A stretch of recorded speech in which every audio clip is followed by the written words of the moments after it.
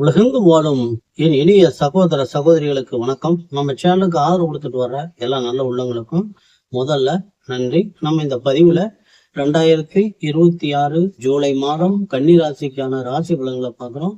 இதுல முதல்ல நவக்கிரகங்களுடைய மாறுதல், அதனால மாறக்கூடிய பலன்கள். இரண்டாவது, கன்னிராசியில் இருக்கக்கூடிய ஒவ்வொரு நட்சத்திரங்களுக்கும் ஜூலை மாதத்திற்கான சுப நாட்கள் எது, அசுப நாட்கள் எது, யோக நாட்கள் எது அப்படின்னு தனித்தனியா கொடுத்துருக்குறோம். இது தனிப்பட்ட முறையில எடுக்கப்பட்டது அப்படிங்கிறதுனால இதை ஒரு வழிகாட்டியா நீங்க வச்சுட்டு ஒவ்வொரு நாளும் நீங்க ஒரு தொழிலையோ வேலையோ வெளியில போறப்பையோ எல்லா நேரத்திலையும் இதை பயன்படுத்தினீங்கன்னா எல்லா நாளும் உங்களுக்கு வெற்றிகரமான நாளா அமையும்.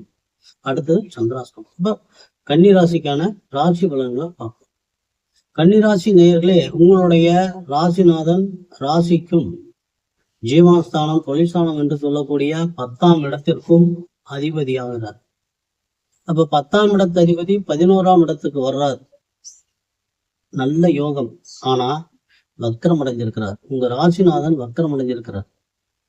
இப்ப என்னதான் லாபங்கள் வந்தாலும் நீங்க தப்பா சிந்திக்க வேண்டிய ஒரு சூழ்நிலை வந்துடும். உங்களுடைய புத்தி தவறான வழியில செயல்பட ஆரம்பிச்சிடும். அப்ப எல்லாமே தப்பா போயிடும். வக்கரகதி அப்படிங்கிறப்ப சரியான சிந்தனையை கொடுக்காது. அதனால எது செஞ்சாலும் ரொம்ப கொஞ்சம் கேர்ஃபுல்லா செய்யுங்க. அவசரப்படாதீங்க. ஒரு டாக்குமெண்ட்ல கையெழுத்து போடுறீங்க, ஒரு காலி நிலம் வாங்கி விற்கிறீங்க, அல்லது வியாபாரம் பண்றீங்க, அல்லது செக்குல கையெழுத்து போடுறீங்க, அல்லது வங்கியில யாருக்காவது ஜாமீன் போடுறீங்க, இது எல்லாமே ரொம்ப ஜாக்கிரதையா கையாள வேண்டிய ஒரு நேரம். ஏன்னா லாபம் அப்படிங்கிற லாபத்தை மட்டும் கொடுக்காது, லாபத்துக்கு உண்டான ஈடான நஷ்டத்தையும் சேர்த்தி கொடுக்கும். லாபம் நமக்கா அல்லது அடுத்தவங்களுக்கா அப்படிங்கிறத பொறுத்து தான் இருக்கு. புதன் வக்கரமா இருக்கனால, உங்க ராசிநாதன் வக்கரமா இருக்கனால நீங்க உங்களுக்கு இந்த விழிப்புணர்வு ரொம்ப அவசியம்.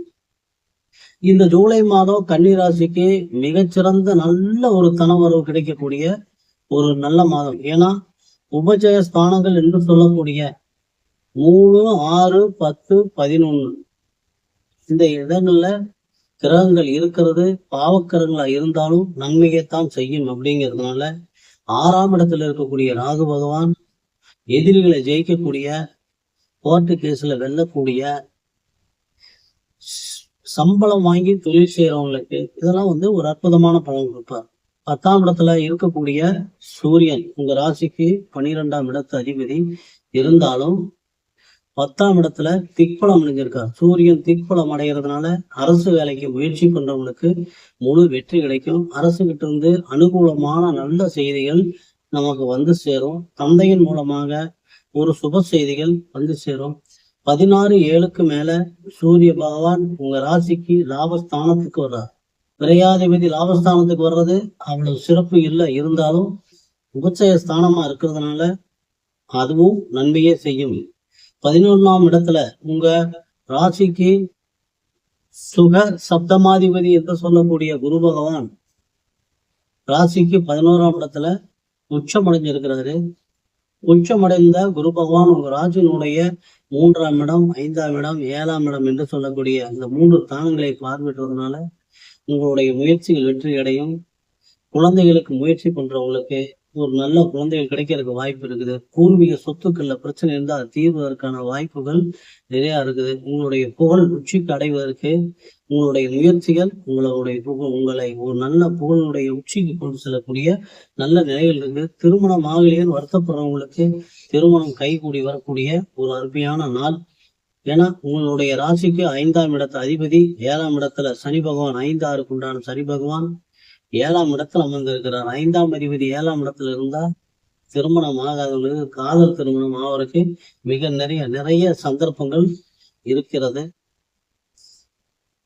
அடுத்தது உங்க ராசிக்கு 2ஆம் இடத்திற்கும் 9ஆம் இடத்திற்கும் அதிபதியான தன பாக்கியாதிபதியான சுக்கிர பகவான் 4, 7 வரைக்கும் தான் உங்க லாபஸ்தானத்தில் இருக்கிறாரு. அதுக்கப்புறம் அவரும் விரயஸ்தானத்துக்கு வர்றாரு. இப்ப விரயஸ்தானத்துல ஏற்கனவே சுக்கிர பகவான் இருக்கிறதுனால, கேது பகவான் இருக்கிறதுனால இப்ப சுக்கிரனும் சேர்றப்ப மனைவியினுடைய உடல் நலத்துல அக்கறை எடுத்துக்கணும்.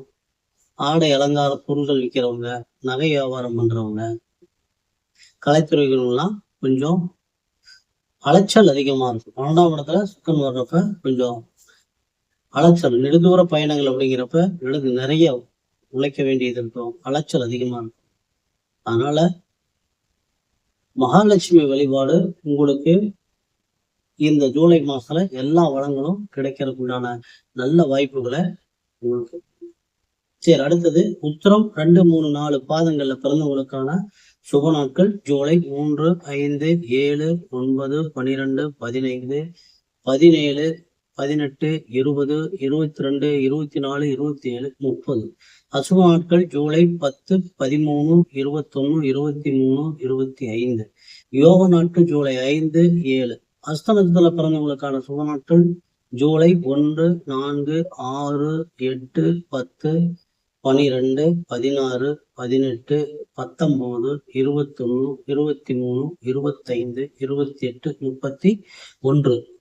அசுப நாட்கள் ஜூலை 11, 14, 22, 24, 27. யோக நாட்கள் ஜூலை 6, 8. சித்திரையில பிறந்தவங்களுக்கான சுப நாட்கள் ஜூலை 2, 5, 7, 9, 11, 13, 17, 19, 20, 22, 24, 27, 29. அசுப நாட்கள் ஜூலை 12, 15, 23, 25, 28. யோக நாட்கள் ஜூலை 7, 9. சந்திராசனங்கள் அப்படின்னு பார்த்தா 8, 7, 26 மாலை 4 மணியிலிருந்து 10, 7, 26 மாலை 6:45 வரைக்கும் கன்னிராசிக்கு சந்திராசனம். நன்றி நேயர்களே, மீண்டும் அடுத்த பதிவில் சந்திக்கும் வரை எல்லாம் வல்ல எம்பெருமான் முருகப்பெருமான் உங்களுக்கு எல்லா வளங்களையும் நலங்களையும் வாரி வழங்க வேண்டும் என்று வேண்டி இந்த பதிவினை நிறைவு செய்கிறோம். மீண்டும் அடுத்த பதிவில் சந்திப்போம்.